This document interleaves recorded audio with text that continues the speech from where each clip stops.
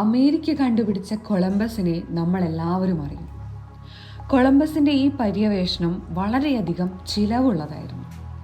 യാത്രയ്ക്ക് അനുമതി തേടി കൊളംബസ് സ്പെയിനിലെ ഫെർഡിനൻഡ് രാജാവിനെ സമീപിച്ച സമയത്ത് അദ്ദേഹം കൊളംബസിനോടൊരു ചോദ്യം ചോദിച്ചു.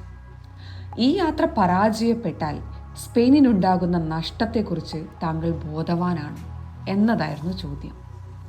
എന്നാൽ ഈ യാത്ര വിജയമായാൽ സ്പെയിനിനുണ്ടാകുന്ന നേട്ടത്തെക്കുറിച്ച് മാത്രമാണ് തൻ്റെ ചിന്ത എന്നതായിരുന്നു കൊളംബസിൻ്റെ മറുപടി. ഇത്തരത്തിൽ വിജയം മുന്നിൽ കണ്ട് പ്രവർത്തിക്കുന്ന നമ്മുടെ മനസ്സിലും ഉണ്ടാകേണ്ടത് വിജയത്തെക്കുറിച്ചുള്ള ചിന്തകളാണ്. പരാജയഭീതി നമ്മുടെ ആവേശം കെടുത്താതിരിക്കാൻ നമ്മൾ പ്രത്യേകം ശ്രദ്ധിക്കണം.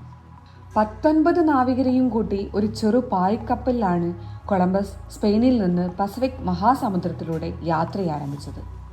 പുതിയ ഭൂഖണ്ഡം തേടിയുള്ള യാത്രയിൽ 24 ദിവസം പിന്നിട്ടിട്ടും അവർക്ക് കര കാണുവാൻ സാധിച്ചിട്ടില്ല. എങ്ങും വിശാലമായ കടൽ മാത്രം. റൊണാൾഡ് എന്ന ആളായിരുന്നു കപ്പലിലെ ഭക്ഷണത്തിൻ്റെയും ശുദ്ധജലത്തിൻ്റെയും ചുമതല. കപ്പലിൽ അവശേഷിക്കുന്ന ആഹാരവും ശുദ്ധജലവും അതിലെ 20 പേർക്ക് അടുത്ത 24 ദിവസത്തേക്ക് മാത്രമേ തികയൂ എന്ന് അയാൾ കണക്കുകൂട്ടി. കപ്പൽ തിരികെ വിടുകയാണെങ്കിൽ 24 ദിവസം കൊണ്ട് തിരികെ ജീവനോടെ സ്പെയിനിലെത്തും. മഴയും കാറ്റും അനുകൂലമാണെങ്കിൽ മാത്രമേ ഇത് സാധ്യമാകുകയുള്ളൂ. അല്ലാത്ത പക്ഷം ഭക്ഷണവും വെള്ളവും കിട്ടാതെ കടലിന് നടുവിൽ കിടന്ന് മരിക്കേണ്ടി വരും. ഇക്കാര്യം അയാൾ തൻ്റെ സഹനാവികരോട് പറഞ്ഞു. ഇതിനകം അവശരായവരും അയാളുടെ അഭിപ്രായത്തോട് യോജിച്ചു. തുടർന്ന് കൊളംബസ് ഒഴികെ ബാക്കി 19 പേരും ഒറ്റക്കെട്ടായി കപ്പൽ തിരികെ വിടാൻ തീരുമാനിച്ചു. ഈ വിവരം അവർ തങ്ങളുടെ നേതാവായ കൊളംബസിനെ അറിയിച്ചു. പക്ഷേ കപ്പൽ തിരിച്ചുവിടുക എന്നതിനെക്കുറിച്ച് ആലോചിക്കുവാൻ പോലും കൊളംബസ് തയ്യാറായിരുന്നില്ല.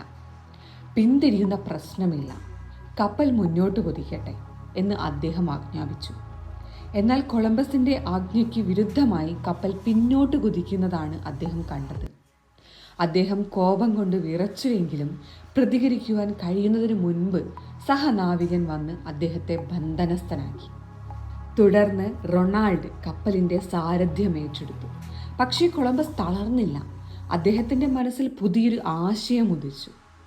കൊളംബസ് റൊണാൾഡിനെ അരികിൽ വിളിച്ച് ചെറിയൊരു കണക്ക് വിശദീകരിച്ചു കൊടുത്തു.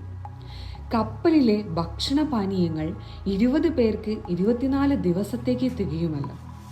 അങ്ങനെയെങ്കിൽ തൻ്റെ 24 ദിവസത്തേക്കുള്ള ഭക്ഷണം ബാക്കി 19 പേർക്ക് ഒരു ദിവസത്തേക്ക് തികയും. കപ്പൽ പഴയ ദിശയിൽ തന്നെ ഒരു ദിവസം കൂടി നയിക്കൂ. എന്നിട്ടും ഒരുപക്ഷെ കര കണ്ടില്ലെങ്കിൽ എന്നെ നിങ്ങൾ കടലിലെറിഞ്ഞോളൂ. അതുവഴി മിച്ചം വരുന്ന ഭക്ഷണപാനീയങ്ങൾ ഉപയോഗിച്ച് നിങ്ങൾക്ക് നാട്ടിലേക്ക് മടങ്ങുകയും ചെയ്യാം. കൊളംബസിൻ്റെ സഹനാവികർക്ക് അദ്ദേഹം പറഞ്ഞ കണക്ക് ബോധ്യപ്പെട്ടു. കൊളംബസിനെ ബന്ധന വിമുക്തനാക്കി. അവർ പഴയ ദിശയിൽ മുന്നോട്ട് നീങ്ങി. വെറും 20 മണിക്കൂർ കൂടി പിന്നിട്ടപ്പോൾ കപ്പൽ കര കണ്ടു. അതായിരുന്നു അമേരിക്ക. ഇത്തരത്തിൽ നമ്മുടെ ജീവിതത്തിലും ജീവിതം വഴിമുട്ടി എന്ന് തോന്നുന്ന സമയങ്ങളുണ്ടാകാം. പക്ഷെ അപ്പോഴൊന്നും പതറാതെ സധൈര്യം മുന്നോട്ട് നീങ്ങുക. നമ്മുടെ ജീവിതത്തിലെ എന്തെങ്കിലും ലക്ഷ്യം അസാധ്യമാണെന്ന് നമ്മൾ കരുതുന്നുവെങ്കിൽ ആ ചിന്തയെ നമ്മൾ ആദ്യം മാറ്റുക. മനുഷ്യൻ്റെ ജീവിതം ആരുടെയും നിയന്ത്രണത്തിലല്ല. നാം എന്താകുവാൻ ആഗ്രഹിക്കുന്നുവോ അവിടെ എത്തിച്ചേരുവാനുള്ള ശക്തി നമ്മുടെ ഓരോരുത്തരുടെയും ഉള്ളിലുണ്ട്. ആ ശക്തിയെ കണ്ടെത്തേണ്ടത് നമ്മൾ ഓരോരുത്തരുമാണ് എന്നുള്ളതാണ് യാഥാർത്ഥ്യം.